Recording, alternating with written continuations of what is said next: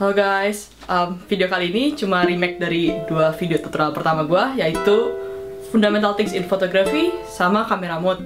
Yang waktu itu gue rasa penjelasannya terlalu panjang, sekarang gue persingkat dengan cara penjelasan yang baru. So yeah, please enjoy. Dalam fotografi, ada banyak settingan yang kita bisa lakuin dalam kamera. Tapi yang paling penting itu aperture, shutter speed, sama ISO. Aperture adalah lubang pada lensa yang mengatur jumlah banyaknya cahaya yang masuk melalui lensa menuju sensor kamera. Besar kecilnya aperture mempengaruhi depth of field atau ruang ketajaman gambar. Semakin besar aperture, semakin sempit depth of field-nya.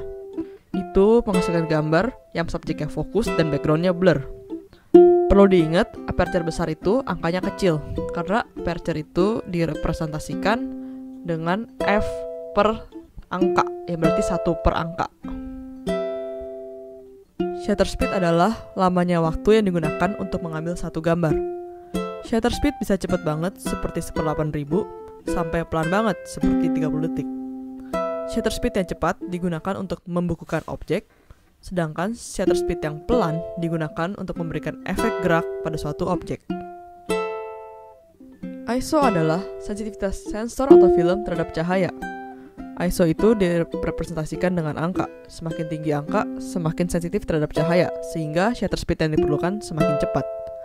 Tetapi, dengan semakin tingginya ISO, gambar yang dihasilkan semakin berbintik atau noise. Setelah kita mengerti 3 hal tersebut, ada 4 mode utama yang kita bisa gunakan di kamera, yaitu P, AV, TV, dan M. Di semua mode itu, ISO bisa disetting auto atau manual. P atau program.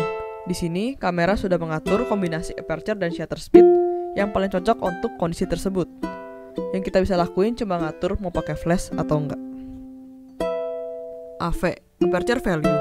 Di mode ini, kita akan mengatur aperture dan kamera akan menyesuaikan shutter speed yang dibutuhkan.